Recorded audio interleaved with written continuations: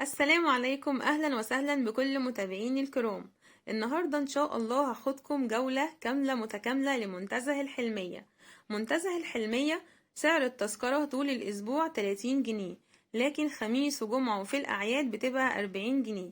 والمنتزه بتفتح من الساعة 9 صباحا لحد الساعة 12 مساء.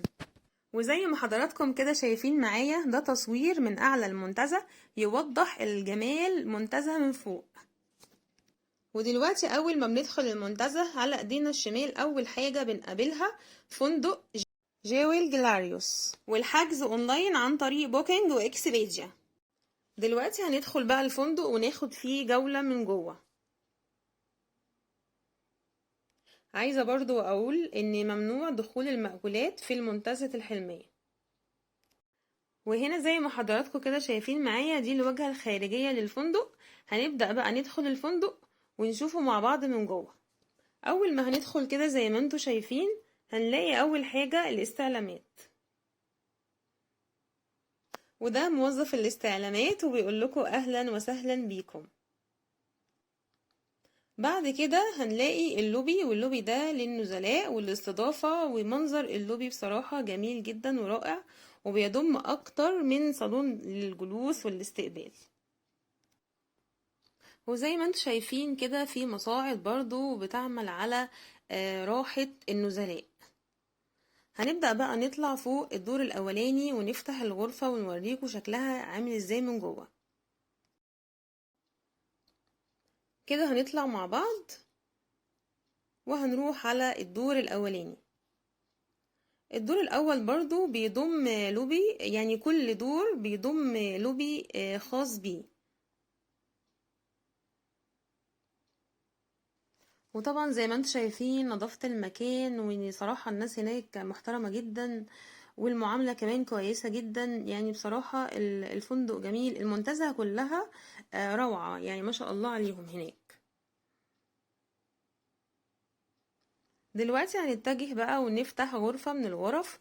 الغرفة دي غرفة سنجل، فيها كل اللي احنا هنحتاجه. يعني انا مثلا لو نزلت عميلة في الفندق هلاقي كل اللي انا محتاجاه جوه الغرفة. هلاقي طبعا شاشة، وهلاقي الكراسي اللي انتوا شايفينها ديت لو انا هستريح عليها شوية ولا حاجة، وفي كمان سجادة صلاة، وفي مية، وفي الكتل لو انا هشرب حاجة. طبعا كل ده بيبقى مكيف زي ما انتوا عارفين. في هنا برضو السير ده دبل، وفي تليفون، وده التابلت الخاص بالغرفة. موجود كل اللي انا عايزاه جوه. كده نزلت من الفندق وهتجه ناحية التراس. التراس ده زي ما انتوا شايفينه كده برضو بتبقى لو هقعد هشرب حاجة. وكمان ده بيوتي سنتر، يعني المنتزه ما خلتش من نفسنا حاجة الصراحة. هنيجي هنا بقى عند قاعة الأفراح الجميلة اللي انتوا شايفينها دي. بيبقى القاعة دي بتضم 70 فرد. بنعمل فيها فرح عائلي صغير، عيد ميلاد، سبوع. هي بتتميز انها يعني صغننة، يعني أفراد قليلة.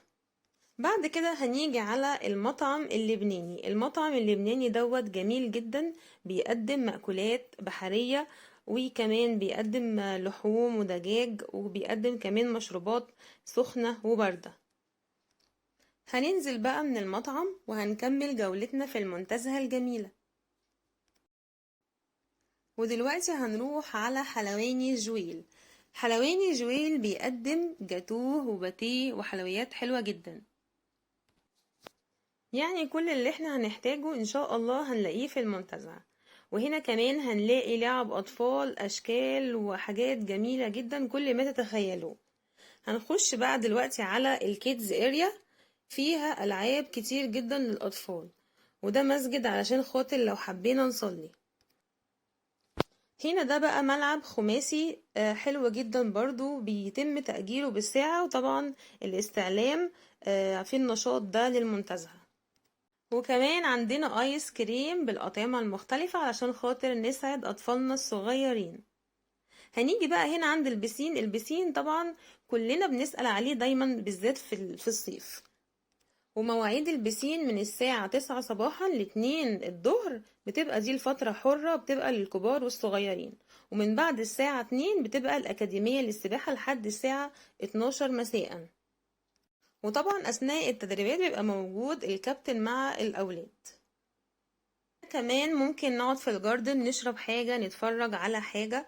صراحة القعدة في كل حتة في المنتزه جميلة جدا، بيبقى اليوم يعني ممتع بصراحة.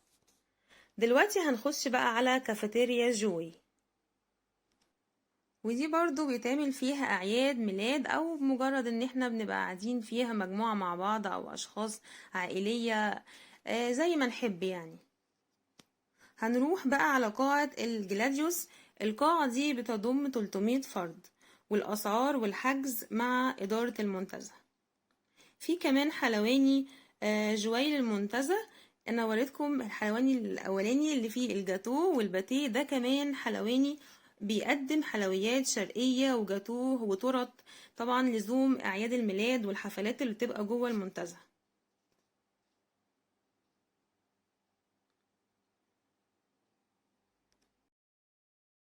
وممكن كمان نقعد جوه على الكراسي الجميلة والترابيزة اللي انتوا شايفينها دي.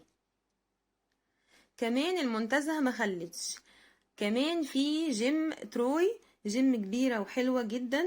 طبعا الجيم دي بتبقى فترتين، فترة رجالي وفترة نساء. يعني هنلاقي كل اللي احنا عايزينه، الجيم والبيوتي سنتر والملاهي الليلية وكل اللي احنا بنحلم بيه.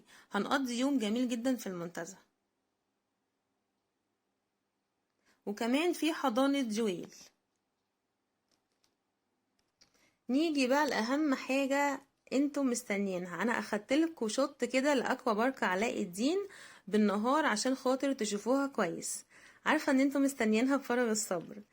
اكوا بارك علاء الدين بيبقى فيها فترتين، فترة صباحا وفترة مساء. الفترة صباحا بتبقى من الساعة 10 صباحا ل3 العصر، والفترة المسائية بتبقى من الساعة 4 ل9. ما بين الساعة 3 و4 بيبقى فيه نظافة المكان وفلاتر الماء بتشتغل، وكمان بيبقى فيه أثناء الألعاب المائية ديت بيوجد فرق إنقاذ داخل البسين، وكمان بيبقى فيه مسؤولين عن عمل تنظيم حركة الأطفال. وزي ما حضراتكم كده شايفين في 2 بسين، واحد للكبار وواحد للأطفال. ويا رب أكون أفدتكم النهاردة إن شاء الله، ويكون الفيديو ممتع ليكم ويعجبكم، واشوفكم إن شاء الله في فيديو جديد، والسلام عليكم.